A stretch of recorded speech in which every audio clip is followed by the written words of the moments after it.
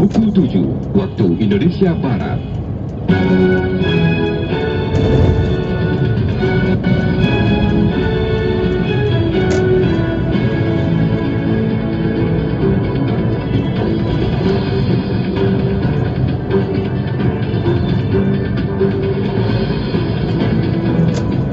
Selamat pagi pendengar, dari lantai 7 Medan Merdeka Barat 4 dan 5 Jakarta. Inilah Radio Republik Indonesia dengan Warta Berita. Sehingga dicari cara gimana agar, karena tidak salah juga ya, orang mengeluarkan anggaran itu kalau menurut aturan yang resmi kan harus ada sanksi, ada pengajuan ini, disetujui ini, itu, nanti yang menerima harus ini, itu, ada buktinya semua gitu. Saya sudah menghubungi Dinas Sosial Kabupaten Kota agar membantu penyaluran bantuan beras ini, karena ini menjadi kepentingan kita bersama agar masyarakat kita yang benar-benar terdampak ini agar segera mendapatkan bantuan.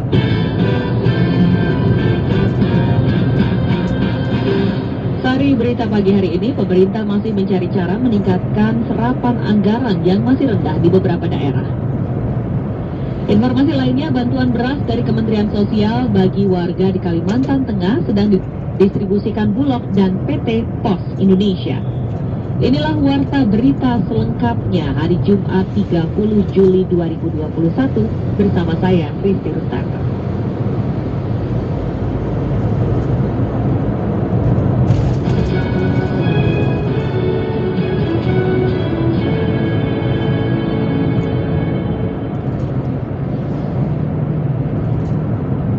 Mengawali berita pagi hari ini, kami akan sampaikan sekilas berita utama.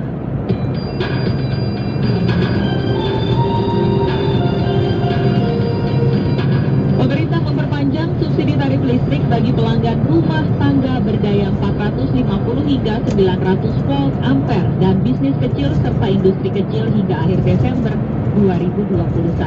Dari sebelumnya bulan September 2021.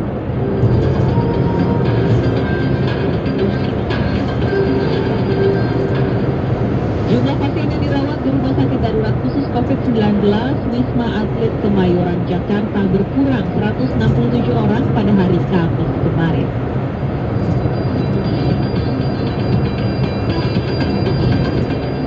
Pemerintah juga mengapresiasi pembangunan fasilitas produksi oksigen PT Hyundai Motor Manufacturing Indonesia yang digunakan untuk membantu penanggulangan pandemi COVID-19.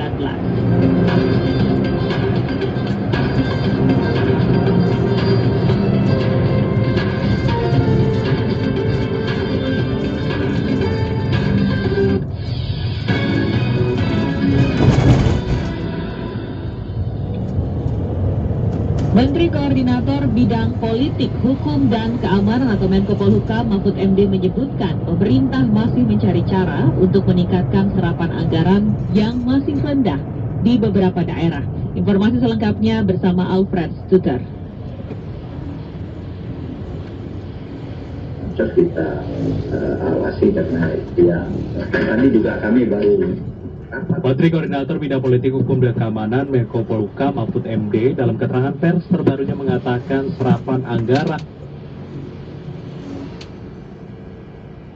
refocusing di daerah-daerah masih rendah. Bahkan hingga akhir bulan Juli ini belum ada yang melebihi 20%. Hal ini pun menurut Mahfud menjadi salah satu catatan Presiden Joko Widodo dalam rapat terbaru antar menteri di Kabinet Indonesia Maju. Meski kondisinya demikian, Mahfud menegaskan daerah-daerah ini tidak salah karena dalam mengeluarkan anggaran tidak sembarangan, harus sesuai dengan aturannya. Untuk itu kini pemerintah menurutnya tengah mencari cara agar serapan anggarannya bisa meningkat. Nah, sehingga dicari cara gimana agar, karena tidak salah juga gitu ya, orang mengeluarkan anggaran itu kalau menurut aturan yang resmi kan harus ada sanksi, ada pengajuan ini, disetujui ini, itu, nanti yang menerima harus ini, itu, ada buktinya semua gitu. Kalau diperlonggar, ya, tadi ada catatan dari sidang kabinet itu ya, kalau ada dilema memang ya, kalau kata Bu Sri Mulyani itu di Pemda itu nanti kalau diperlonggar pencairannya sudah, pokoknya gunakan saja, nanti pertanggungjawabannya nggak bisa dilakukan, bisa dibelokkan ke hal lain. Tapi kalau rigid diperketat, mereka tidak bergerak. Padahal rakyatnya butuh cepat. Sementara itu kondisi ini pun langsung mendapat reaksi beragam dari masyarakat. Ada yang mendorong agar pemerintah pemerintah melakukan percepatan, ada pula yang mendorong agar kepala daerah bisa berinovasi, tidak hanya menunggu arahan dari pemerintah pusat saja. Saya Fadri, warga Jakarta. Saya mendorong pemerintah untuk melakukan percepatan penyerapan anggaran daerah. Saya Kosim, saya warga Depok. Mohon dengan sangat kepada para kepala daerah seharusnya bisa berinovasi ya, agar serapan anggaran ini bisa berjalan dengan cepat. Jangan cuma nunggu instruksi pusat aja. Maksudnya pusat itu pemerintah pusat. Ya tolong aja sih kepada kepala daerah untuk segera menyusun anggaran itu agar kemudian hidup ini bisa berjalan dengan lancar lah. Lebih lanjut, masyarakat berharap ada tindakan cepat dari pemerintah mengingat pembatasan yakni PPKM level 4 masih terus diperpanjang hingga 2 Agustus 2021 mendatang. Namun di sisi lain kebutuhan mereka tetap harus terpenuhi setiap harinya. Mereka juga berharap anggaran ini nantinya disalurkan tepat sasaran kepada mereka yang membutuhkannya. Dari Jakarta, Alfred Stutor Pro 3 RRI.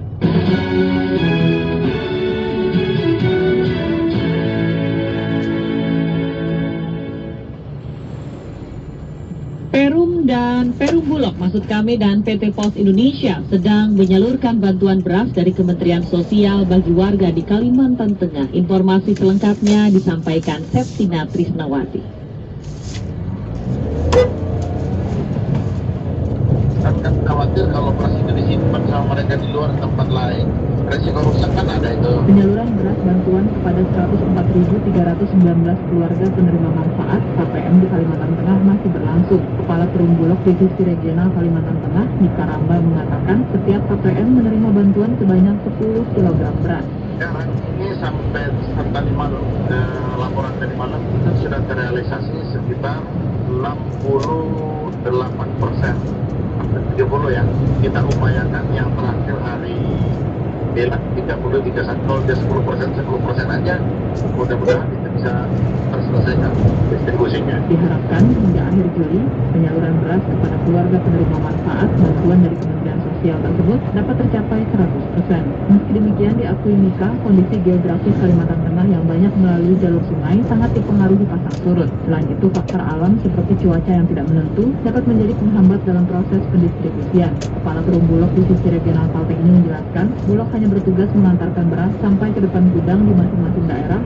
Selanjutnya transporter yakni PT Pos Indonesia yang akan mendistribusikan kepada KPM. Dihubungi terpisah, PLT Kepala Dinas Sosial Provinsi Kalimantan Tengah, Farid Wasdi, mengatakan dalam penyaluran bantuan sosial telah disampaikan kepada petugas di lapangan agar tetap memperhatikan protokol kesehatan. Diharapkan penyaluran bantuan sosial tidak justru menjadi klaster baru penularan COVID-19. Saya sudah sejak awal akan ada bantuan itu tanggal 18 itu saya sudah menghubungi Dinas Sosial Kabupaten Kota agar membantu penyaluran bantuan beras ini karena ini menjadi kepentingan kita bersama agar masyarakat kita yang benar-benar terdampak ini agar segera mendapatkan bantuan. Dan ya alhamdulillah semua mendukung, dan ketika teman dari Bulog dan kantor pos datang ke Dinas Sosial, mereka kemudian bersama-sama membahas penjadwalan di mana beras itu disalurkan, dan saat ini sedang berjalan.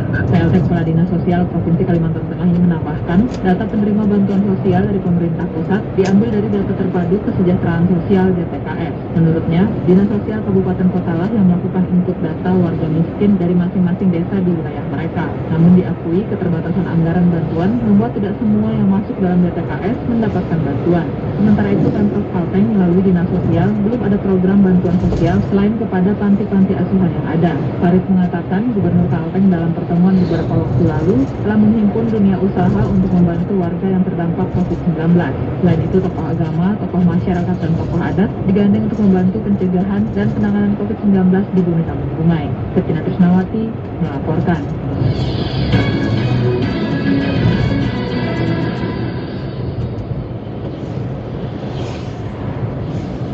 Pemerintah memiliki 3 langkah strategis untuk memastikan bantuan sosial pada pandemi COVID-19 tidak terjadi kecurangan. Kami kutip dari kantor berita Antara, 3 langkah tersebut menurut Ketua Tim Pakar Gugus Tugas Percepatan Penanganan COVID-19, Profesor Wiku Adhisa Smito. Langkah pertama yakni melakukan sinkronisasi data dengan nomor induk kependudukan di Kementerian Dalam Negeri. Langkah kedua yaitu memperbaiki mekanisme penyaluran bantuan sosial. Dan langkah ketiga adalah melibatkan dukungan teknologi berbasis digital.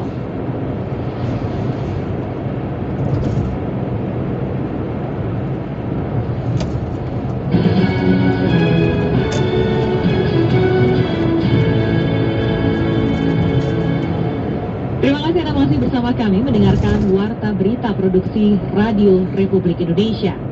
Teror dan intimidasi hampir selalu dialami nasabah pinjaman online ilegal yang terlambat membayar. Aksi tersebut membuat Otoritas Jasa Keuangan atau OJK menganggap pinjol atau pinjaman online ilegal sebagai penjahat, sehingga polisi mulai mengejar dan menangkap para pelakunya. Selengkapnya kami akan hadirkan informasi ini dalam sesi laporan khusus bersama Agus Wijananto.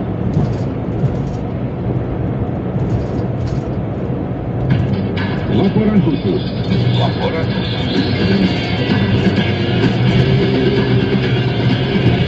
Laporan khusus.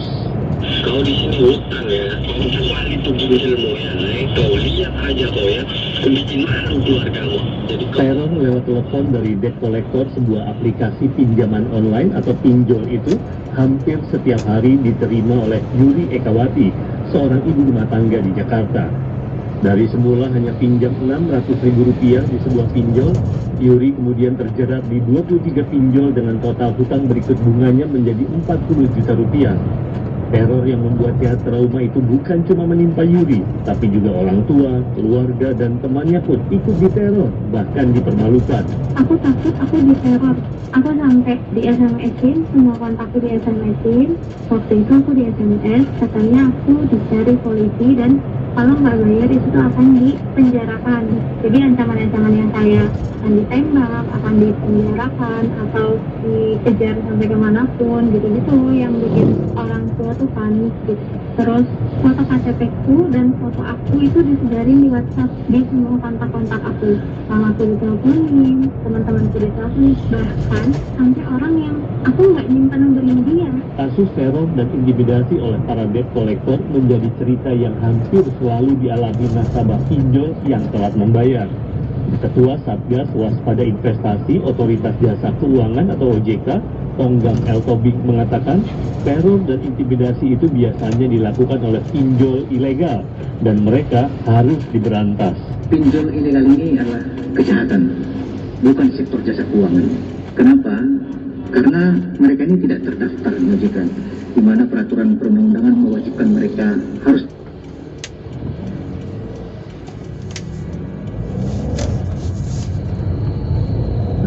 Kami dari Satgas Waspada Investasi memblokir, menghentikan kegiatan sampai saat ini 3.365 pinjol ilegal. Tetapi tidak cukup seperti itu, karena kita blokir hari ini, nanti sore dia ganti nama, besok bikin baru lagi, dan proses penegakan hukum ini adalah suatu hal yang memang membuat efek jerah kepada mereka. Karena banyak masyarakat yang sudah menjadi korban pinjol ilegal, polisi pun bertindak. Kemarin, Bareskrim Polri menangkap 8 pelaku pinjol ilegal berkedok Operasi Simpan Pinjam Cinta Damai.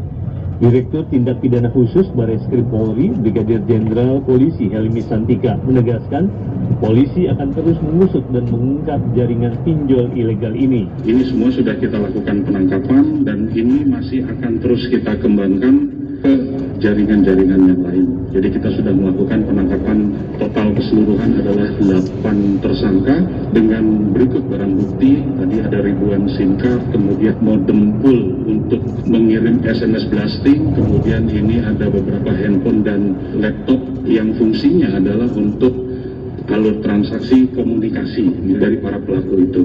Kita tidak akan berhenti, kita akan terus mengusut jaringan-jaringan ini.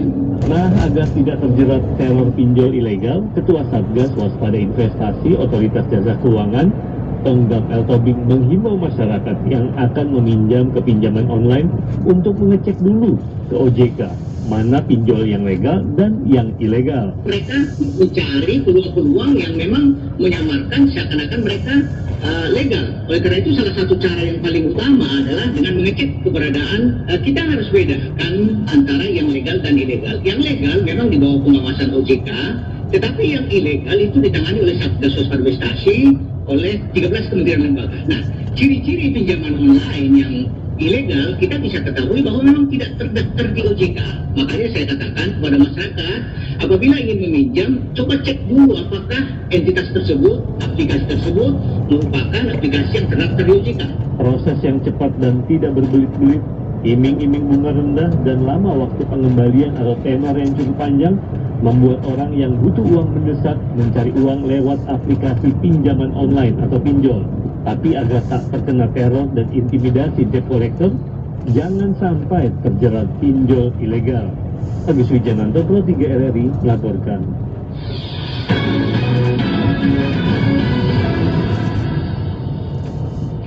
Ya, apakah Anda pernah terjerat dalam kasus pinjaman online? Hati-hati jika pinjaman online ini ilegal. Kami hadirkan tanggapan masyarakat mengenai teror dan intimidasi pinjaman online ilegal. Saya pernah terjerat pinjol kira-kira 2 tahun yang lalu. Ada 25 aplikasi. Awalnya sih lancar, sampai akhirnya bunganya makin besar, saya terdesak, akhirnya gagal bayar dan saya dikejar sama beberapa debt collector. Saya sempat takut drop, apalagi sudah intimidasinya itu sangat serem banget. Kayak mereka mau datang ke rumah, mau menganiaya atau membunuh bapak ibu saya, cari teman-teman saya, dan mereka akan mengontak semua teman-teman, keluarga untuk patungan atas nama saya. Di dalam pinjaman itu kan ada beberapa sub aplikasi deh. Nah, di situ kan yang tadinya itu saya kurang dalam bayarnya, itu kan saya kan meminjam di sub aplikasi lainnya itu tadi, yang mana itu masih satu induk, dan di situ kan bunganya itu kan banyak, jadi itu malah semakin membengkak bunganya itu tadi. Pas kita download aplikasinya, data itu otomatis semua isi handphone kita tercopy datanya. Jadi gini, kalau sekarang kan lewat marketingnya lewat link berbentuk tagihan, dan orang penasaran kan, kok gua ada tagihan gitu kan. Dan linknya itu kita klik, otomatis kita install dari aplikasi tersebut. Setelah terinstall, kita isi data itu otomatis semua data handphone kita tercopy dari kontak, maupun STP dari semua tercopy. Dibikinkan grup donasi, di situ isinya ada teman-teman, ada saya juga, ada mantan wali murid juga di situ. Open donasi maling buronan, kalau nggak bayar nyawa keluarga lo sebagai taruh tak ketemu dikorok.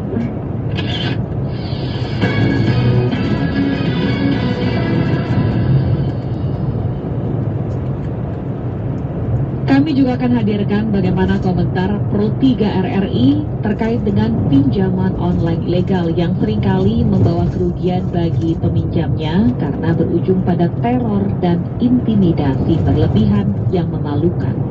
Informasi ini disusun dan disampaikan oleh editor senior Pro 3 Widi Kurniawan.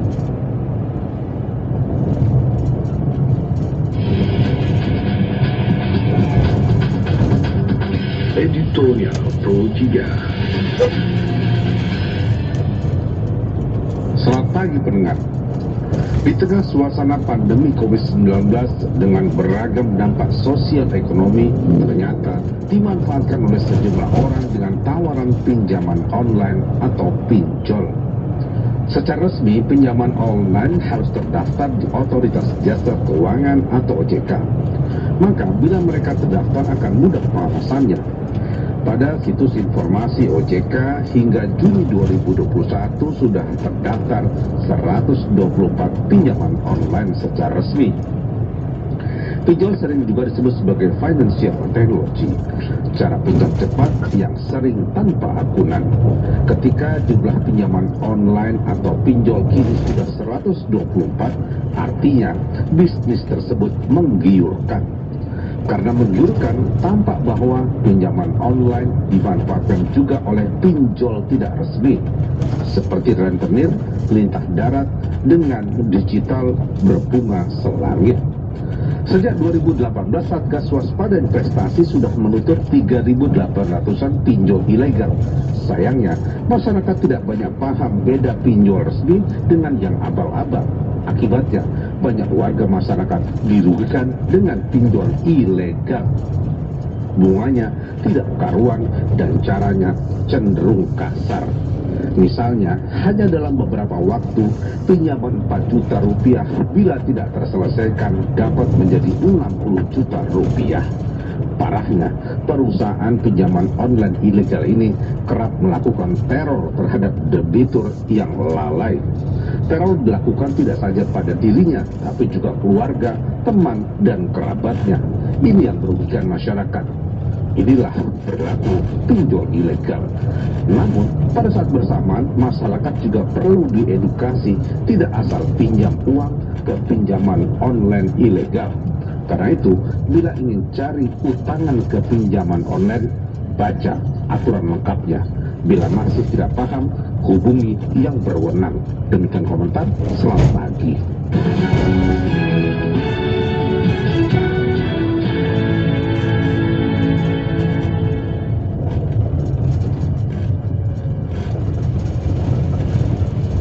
Dan sebelum menutup Warta Berita pagi hari ini, kami akan ajak Anda untuk menyimak Olimpiade Tokyo 2020 dalam jurnal berikut ini.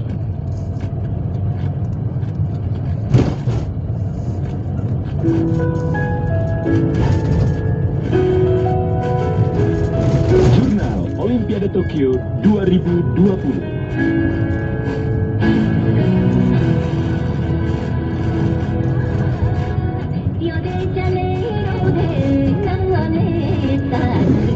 Selamat pagi, salam olahraga. Jurnal Olimpiade Tokyo 2020 bersama tim liputan Radio Republik Indonesia pagi ini kami awali dengan sejumlah informasi menarik dan hasil update pertandingan hingga hari ke-7 kemarin.